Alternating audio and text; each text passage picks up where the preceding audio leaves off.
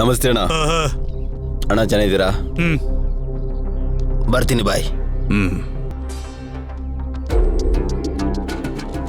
ಪಠಾಣ್ ಬಾಯ್, ನಿಮ್ಮ ದಯೆಯಿಂದ ನಾನು MLA ಆದೆ. ನಿಮ್ ಕಡೆ ಅವ್ರಿಗೆ ಯಾವತ್ತೂ ಏನೋ ತೊಂದರೆ ಆಗದಾಗೆ ನೋಡ್ಕೋತೀನಿ ಬಾಯ್. ಈ ಸಲ ಕೂಡ ನಿಮ್ ಸಪೋರ್ಟ್ ಇದ್ರೆ ಖಂಡಿತವಾಗ್ಲೂ ನಾನೇ ಗೆಲ್ತೀನಿ ಬಾಯ್. ಗೆಲ್ಲಲ್ಲ ಬಾಯ್. ಬಾಯ್, ನಾನು ಪರ್ಫೆಕ್ಟ್. ಖಂಡಿತವಾಗ್ಲೂ ನಾನು ಗೆಲ್ತೀನಿ ಬಾಯ್. ಹೇಳು ತಾತ. 3 ತಿಂಗಳಿಂದ ಪೆನ್ಷನ್ ಬರ್ತಿಲ್ಲ ಅಂತ ಕೇಳಕ್ ಹೋಗಿದ್ದಕ್ಕೆ ನಮ್ಮ ಹುಡುಗರ್ಗೆ ಖರ್ಚಿಗಾಗುತ್ತೆ, ಹೋಗೋ ಮುದುಕ್ ನನ್ನ ಮಗನೆ ಅಂತ ಅಂದ್ರಪ್ಪ.